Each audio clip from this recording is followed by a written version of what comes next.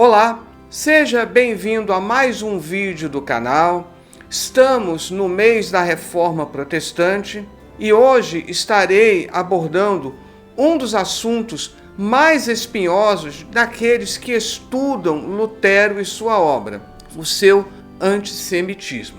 É um tema tão espinhoso que Roland Bainton, que foi um grande estudioso de Lutero, chegou a afirmar que preferia que Lutero tivesse morrido antes de fazer uma declaração tão bombástica como aquela que ele fez em 1543, cerca de 3 anos antes da sua morte.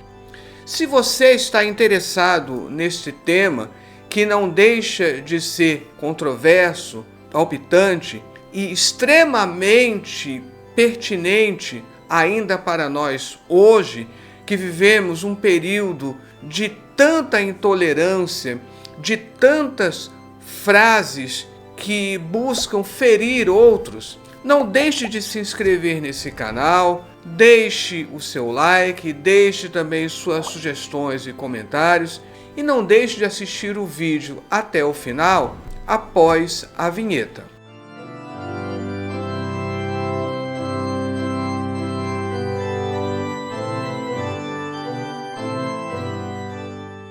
Começando então o nosso estudo, à primeira vista, uma leitura das obras de Lutero reflete uma grande inconsistência em sua abordagem em relação aos judeus e também como outros assuntos que nós vemos na obra de Lutero. Podemos dizer que a questão paradoxal era constante na obra de Lutero. Por um lado, particularmente no estágio inicial de sua carreira como reformador protestante, Lutero condenou explicitamente a história da Igreja de oprimir os judeus e pediu um envolvimento construtivo com eles, que é a chamada judeofilia de Lutero. Por outro lado, mais dominante especialmente, mas não exclusivamente, no estágio posterior de sua carreira, Lutero fez várias afirmações e acusações envenenadas contra os judeus como um coletivo e escreveu 3 manifestos que podem ser classificados como antissemitas, violentos, com muitas alegações falsas, a chamada judeofobia de Lutero. Lutero, entre outras coisas, deixou-se levar por boatos da época, as fake news da época. E isso também nos leva a refletir hoje sobre o impacto das chamadas fake news nas mídias sociais, que são tão familiares a cada um de nós. Por isso, acerca da obra Sobre os Judeus e Suas Mentiras, de 1543, escreveu Roland Bainton: é possível que alguém deseje que Lutero tivesse morrido antes de escrever um tratado desses. E Barth, um outro grande luterólogo, ele diz: acho as declarações de Lutero sobre os judeus simplesmente insuportáveis, apesar de todas as conhecidas tentativas teológicas e históricas de explicação. Aqui nós precisamos salientar que, por mais que nós possamos admirar alguém e por mais válida que seja a sua obra, como é o caso de Lutero, nunca podemos passar panos quentes nos erros. Lutero, ele errou muito. Nenhum estudioso de Lutero tenta justificar o que ele escreveu acerca dos judeus na parte final da sua carreira. No máximo, tentam explicar. Se o monge descarnado e de olhos fundos era capaz de inspirar e liderar outras pessoas, a inspiração e a liderança dele na Reforma Protestante são inquestionáveis. Ao mesmo tempo, também estava alimentando um sentimento de certeza de que podia se mostrar implacável ao desqualificar os que discordavam dele. Não é o que muitos hoje fazem nas mídias sociais? E aqui, especialmente aqueles judeus que pertenciam à falsa igreja, à sinagoga, segundo as palavras de Lutero. Vamos salientar que não somente os judeus, mas muitos outros foram vítimas dessa atitude de Lutero. Um teólogo profundo, mas que conseguia ser implacável com qualquer um que não concordasse com os seus escritos. Karlstadt, que chegou a ser professor dele, é um outro bom exemplo de quão implacável Lutero pode ser. A atitude de Lutero com os judeus é multifacetada e não a mesma durante a sua carreira. Inclusive, faz parte de um amplo debate, já tem livros escritos sobre isso, em dividir a carreira de Lutero entre o jovem Lutero e o velho Lutero, embora nem sempre haja consenso de onde nós podemos fazer esse corte. Basicamente, a obra dele acerca dos judeus encontra-se condensadas em 5 escritos, embora declarações acerca dos judeus estavam, na verdade, espalhadas por muitos de seus escritos e cartas, mas podemos condensar, colocar como primordiais essas 5. Jesus Cristo é judeu de nascimento, de 1523. Contra os sabatarianos, de 1538. Acerca de Shem HaForash e da linhagem de Cristo, de 1543. Acerca das últimas palavras de Davi, também de 1543. E aquele que é o escrito mais impactante, que deixou gerações e gerações horrorizadas sobre os judeus e suas mentiras, também de 1543. Em português, nós encontramos 2 desses escritos no volume 14 da famosa série Obras Selecionadas de Lutero, que é a primeira, de 1523, Jesus Cristo é judeu de nascimento, e Sobre os judeus e suas mentiras. A equipe editorial, ela de propósito escolheu esses 2 nos extremos para mostrar 2 momentos divergentes, diferentes do pensamento de Lutero.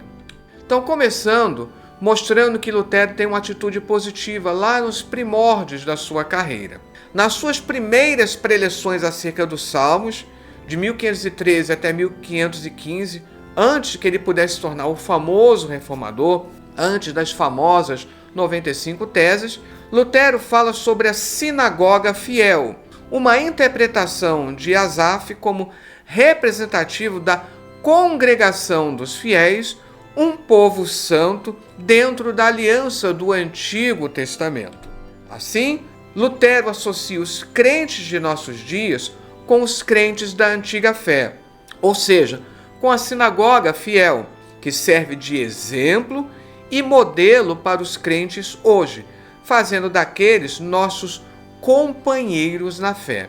Então observe como há uma apreciação positiva aqui. Assim, Lutero nem sempre foi tão hostil. Por isso, em 1523, publica Jesus Cristo é judeu de nascimento, um notável ensaio que reconhecia que os cristãos têm tratado os judeus como se fossem cães e não seres humanos. Pouco fazem além de ridicularizá-los e confiscar seus bens. Para quem conhece o tão famigerado dito dele de 1543, parece incrível que seja o mesmo Lutero que esteja falando aqui. Mas essa, repito, é uma característica de Lutero.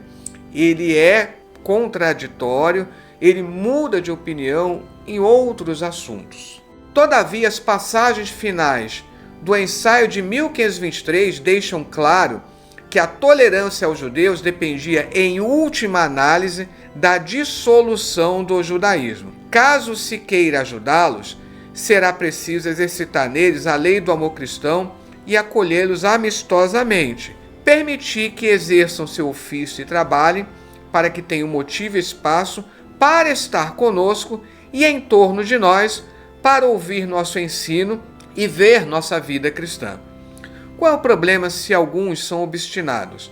Nós também não somos todos bons cristãos. Vamos agora analisar o escrito contra os sabatarianos de 1538. Quando José de Rothschild, primeiro líder nacional dos judeus no Sacro Império Romano, pediu em 1537 a Lutero que intercedesse junto ao eleitor para permitir a liberdade de ir e vir dos judeus na Saxônia, Lutero nem sequer o recebeu.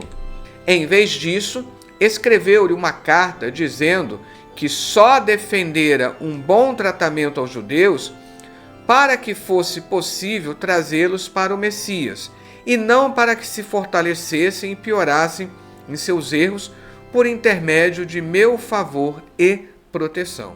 Da atitude positiva até 1523, aqui nós vemos que ele começa a ter uma atitude hostil, embora ainda ancorada no âmbito teológico e não exatamente falando de algo étnico em si. Por isso, no ano seguinte, escreve contra os sabatarianos, ocasionado pelo recebimento de Lutero de uma comunicação de um amigo seu, relatando as tendências sabatistas entre os cristãos da Boêmia e da Morávia. O termo sabatista tem sido usado para se referir a uma série de movimentos ocorridos em várias épocas da história da Igreja, que tem como denominador comum, como já dissemos, a insistência no retorno dos cristãos aos fundamentos da observância do sábado judaico. Vemos então Lutero movendo-se para uma atitude menos benevolente em relação ao período de 1523, centrando-se numa preocupação teológica, que o movimento protestante não fosse judaizado e assim solapar a doutrina basilar da justificação pela fé. Vemos que isso está sendo feito de uma certa maneira hoje pelo neopentecostalismo. Vamos agora analisar o ano terrível de 1543. Várias foram as tentativas de explicar porque, num único ano, ele consegue escrever 3 artigos totalmente negativos contra os judeus. Um deles, que merece atenção, é que talvez Lutero estivesse num estado psicológico alterado, porque no ano anterior, a sua filha querida, de apenas 14 anos, faleceu. E isso teve um impacto muito grande em Lutero, embora ele procurasse transparecer que ele estava, na verdade, conformado. Mas alguns estudiosos dizem que, no fundo, isso provocou uma imensa cicatriz no seu psicológico e que talvez os judeus tenham pagado, digamos assim, a conta por essa cicatriz psicológica. São muitas tentativas de explicar, mas precisamos analisar o que foi dito e, infelizmente, qual foi o impacto daquilo que foi dito. Por um lado, alguém como Lutero, para quem o hebraico era importante, que podia falar com carinho dos pais do Antigo Testamento, existia uma afinidade óbvia com o judaísmo. Por outro lado, Lutero acabou ficando desapontado com os judeus. Lutero insistia muito para que eles pudessem se converter. Quando percebeu que isso não estava acontecendo, ele passou a ter uma atitude agressiva. Nós não podemos ter essa atitude agressiva. Vemos hoje, até no movimento evangélico, pessoas que estão tendo um evangelismo e um proselitismo agressivo. Não podemos esquecer do versículo de Zacarias. Não é por força e nem por violência. O próprio Lutero esqueceu desse versículo no final da sua vida. Portanto, embora inicialmente Lutero se opusesse a qualquer tipo de antissemitismo cristão, agora adere a este, alegando que Deus havia abandonado os judeus porque eles não aceitavam a Cristo como seu Messias. Mas a afirmação de Lutero contra os judeus viola sua própria regra teológica de que nunca se deve especular sobre a vontade do Deus oculto. Deve-se apenas comunicar o amor de Deus e não a ira divina. Então Lutero ele está indo contra um princípio que ele próprio já havia colocado em escritos anteriores. E aqui começa a famigerada citação do escrito contra os judeus e suas mentiras. Quero dar o meu conselho sincero. Aqui muitos estudiosos tentam analisar se ele não estaria sendo aqui irônico. Mas ainda que estivesse sendo irônico, as palavras dele foram extremamente infelizes e bombásticas. Em primeiro lugar, que suas sinagogas ou escolas sejam incendiadas e tudo que resistir ao fogo seja coberto com terra e soterrado, para que ninguém nunca mais veja uma pedra ou um caco sequer delas. E isso deve ser feito em honra do nosso Senhor e da cristandade, para que Deus veja que somos cristãos e que não toleramos nem fomos coniventes com essas mentiras. O que nós temos que analisar aqui? Ninguém é bom cristão fomentando a violência em qualquer nível que seja. Não podemos esquecer que o que nos diferencia é a mensagem do amor. A nossa obrigação é pregar, é anunciar. Como o próprio Lutero já tinha dito antes, a nossa obrigação é de levar o Evangelho aos ouvidos e o Espírito Santo vai levar dos ouvidos ao coração. Infelizmente, Lutero acabou esquecendo as suas próprias palavras. Em segundo lugar, da mesma maneira, sejam derrubadas e destruídas as suas casas, pois praticam nelas a mesma coisa que praticam em suas escolas. Em vez disso, eles podem ser postos, por exemplo, debaixo de um teto ou em um estábulo como os ciganos. Em terceiro lugar, que sejam tirados deles todos os seus livros de oração e livros talmúdicos, nos quais se ensina essa idolatria, essas mentiras, maldições e blasfêmias. Quantos hoje, no meio cristão, defendem que nós precisamos queimar qualquer tipo de livro que não esteja de acordo com a Bíblia? Entretanto, nós devemos ler de tudo, nós devemos analisar tudo e reter o que é bom. Em quarto lugar, que daqui por diante seus rabinos sejam proibidos de ensinar, sob pena de perderem a vida, pois perderam com toda razão esse ministério. Segundo Calime, sua judeofilia temporária foi uma corrente em sua reforma geral e foi apenas um lado da moeda, e não se originou de seus valores humanísticos, morais e éticos, mas sim de sua agenda religiosa, política e social, e talvez também econômica.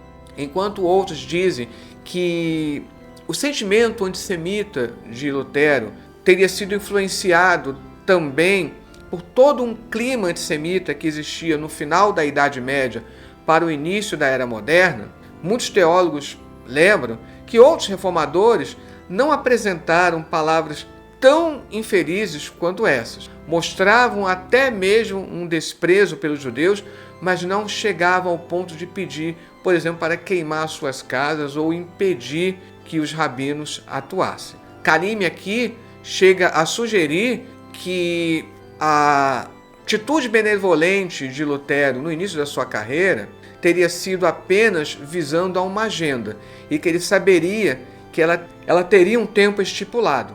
Ainda segundo Calime, a judeofobia de Lutero estava enraizada em sua leitura do Antigo e do Novo Testamento e na tradição cristã antijudaica. Infelizmente, também temos muitos padres da igreja, os teólogos da chamada era patrística, que acabam fornecendo lenha para sentimentos antissemitas. Educação e visão de mundo teológica fundamental sobre os judeus e o judaísmo que ele escolheu escalar muito mais. Então o que nós observamos é isso. Se nós encontramos sentimentos antissemitas, até mesmo em outros reformadores, com certeza Lutero ele galgou uma escala muito maior, levou infelizmente às últimas consequências. À guisa de conclusão, a retórica luterana vinha equiparando cada vez mais os escolásticos e os conservadores das universidades aos judeus, numa mobilização do antissemitismo que viria a criar uma herança problemática para o movimento. Julius Streicher, um dos piores antissemitas do Terceiro Reich, disse durante os julgamentos de Nuremberg que, se Lutero estivesse vivo, ele estaria tomando o lugar dele no banco dos réus. Hans Asmussen perguntou em 1947, Lutero tem que ir para Nuremberg?